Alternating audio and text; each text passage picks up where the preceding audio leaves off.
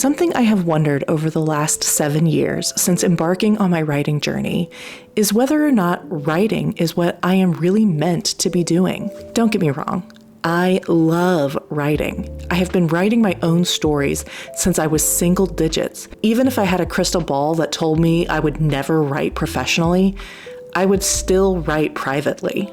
But sometimes I wonder if my creativity would be better used in a different way. When I read, I tend to be pretty critical. It's actually one of my reading red flags. I don't know if it's because I'm a writer, but as a reader, it often means I don't get to enjoy books as much as perhaps I should, because I'm always mentally taking notes about what I would have done differently if I wrote the book. Moreover, one of my favorite parts of the writing process is actually the revision phase. I love taking something I've already written and cutting words, rearranging sentences, moving whole scenes, or tossing them out altogether. The high I get from making my book better is unmatched. And it is because of that I wonder, maybe I'm on the wrong track. Maybe I shouldn't be a writer. Maybe I should be an editor instead.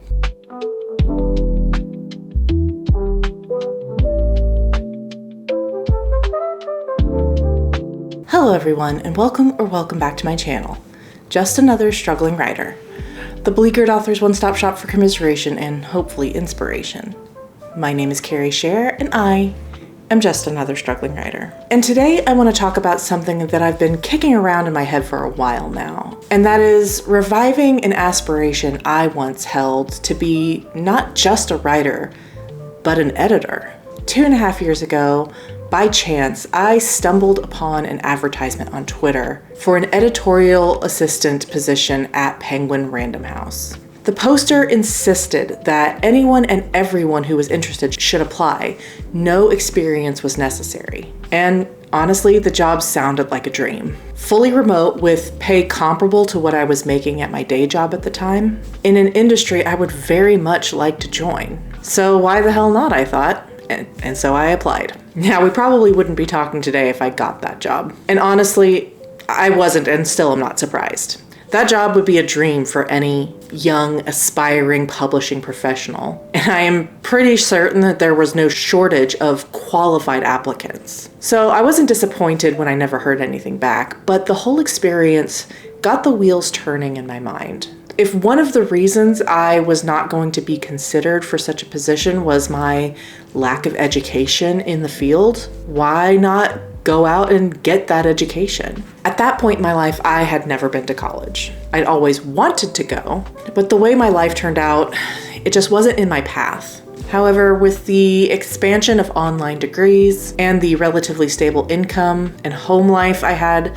to support me, it finally seemed possible that I could at last go out and get my degree. A degree in what else? Creative writing, of course, with the ultimate goal of joining the publishing industry, either at a major house or as an indie editor. Yes, an editor, not an author.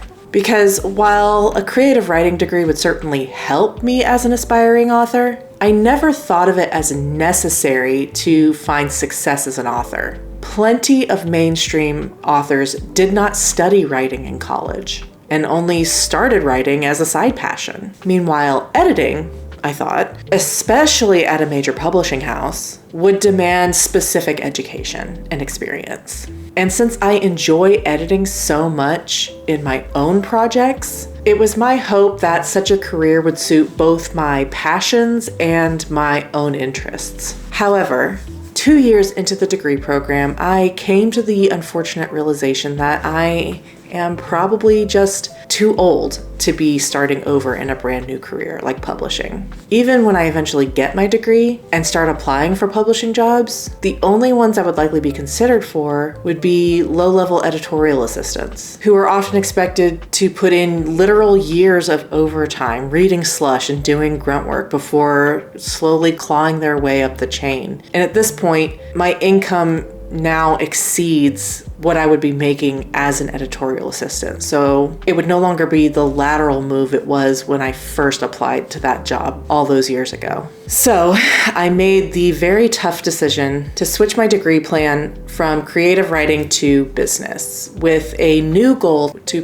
perhaps one day open an independent bookstore. However, while I gave up on the idea of editing as a full-time career, the aspiration behind it never quite died. And lately, as I get slowly, very slowly, closer to the revision phase of Seekers of Empyrean, I have been revisiting those feelings of wanting to do editorial work for someone other than myself. But to be clear, I am not about to go launching a full-fledged side hustle as an independent editor. Frankly, I don't have the experience, and I wouldn't feel comfortable charging people for my services just yet. I need to prove myself. So instead, I'd like to start with something a little less intense, beta reading. Beta reading is definitely something I feel qualified to do, especially given my propensity to read pretty critically and my hunger to make writing better. So basically, what I'm saying is, if you write fantasy,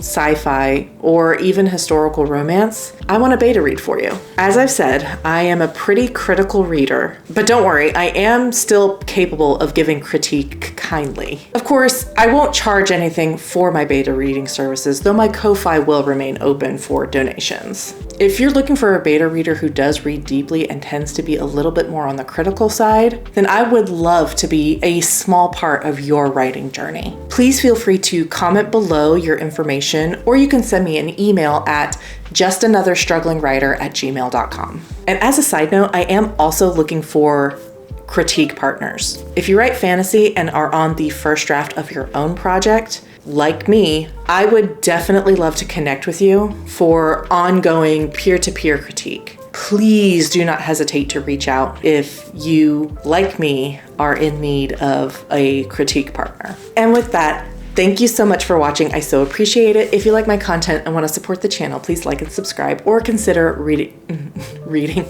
leaving a comment down below. You can also read the comments down below. I'm sure they're insightful. In my next video, I will have my weekly reading vlog for you. I hope you look forward to it, and I will see you then. Bye.